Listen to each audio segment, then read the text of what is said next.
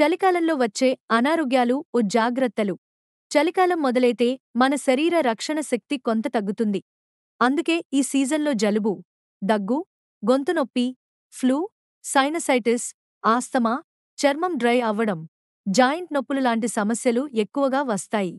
అందుకే కొన్ని చిన్న జాగ్రత్తలు తీసుకోవడం చాలా ముఖ్యం. 1. బయటకు వెళ్లేప్పుడు గాలి తగలకుండా స్వెటర్, షాల్, మఫ్లర్ వాడండి. 2.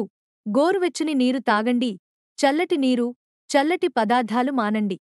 3. వేడి సూప్స్, కూరగాయలు, పండ్లు, విటమిన్ సి ఉన్న ఆహారం తీసుకోవడం ద్వారా రోగనిరోధక శక్తిని పెంచండి. 4. ఇంట్లో గాలి చలామణి అయ్యేలా చూడండి, కాని చల్లని గాలి నేరుగా తగలనివ్వండి. 5. చర్మం డ్రై అవ్వకుండా మాయిశ్చరైజర్ వాడండి. చిన్న జాగ్రత్తలే పెద్ద అనారోగ్యాల నుంచి కాపాడుతాయి. చలికాలాన్ని ఆనందంగా, ఆరోగ్యంగా గడపండి. ఇలాంటి మరెన్నో ఆసక్తికరమైన సమాచారం కోసం మా ఛానల్ను సబ్స్క్రైబ్ చేసుకోండి.